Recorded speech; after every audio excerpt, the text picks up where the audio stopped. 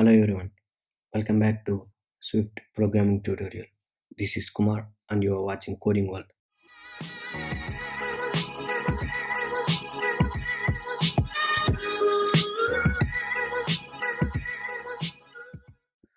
Today we're going to discuss about type safety and type inference.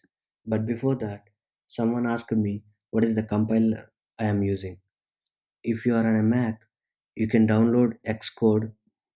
You can do it so by pressing command spacebar to go to Spotlight search and type App Store to go to App Store,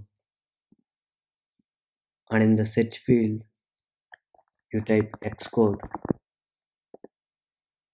and you can download the Xcode from there, which is developed by Apple. If you don't have a MacBook, then don't worry, we have an alternative for it. You can go to repl.it. You can get the link in the description. Click Start Coding. Select the language to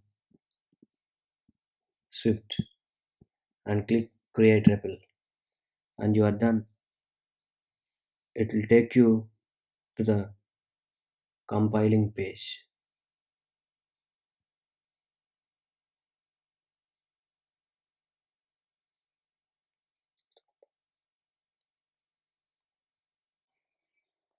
But for now, we are continuing with Xcode.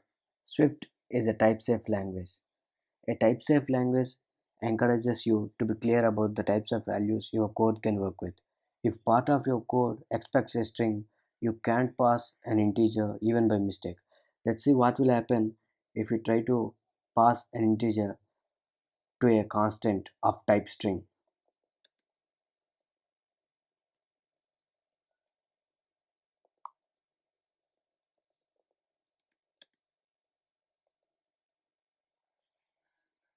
You see, it shows an error. Because Swift is a type-safe language, it performs type checks when compiling your code and flags any mismatched types as errors.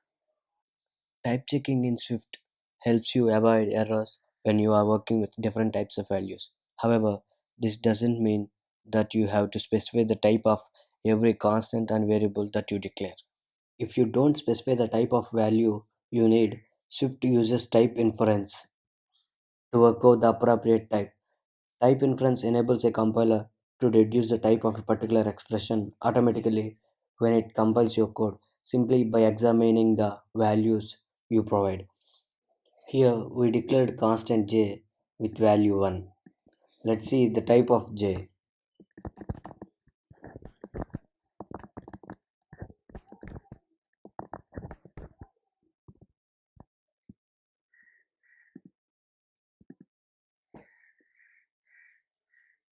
You see the type of j is int.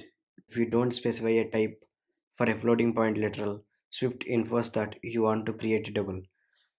Let's declare a floating point constant and check its type by using Swift's type inference.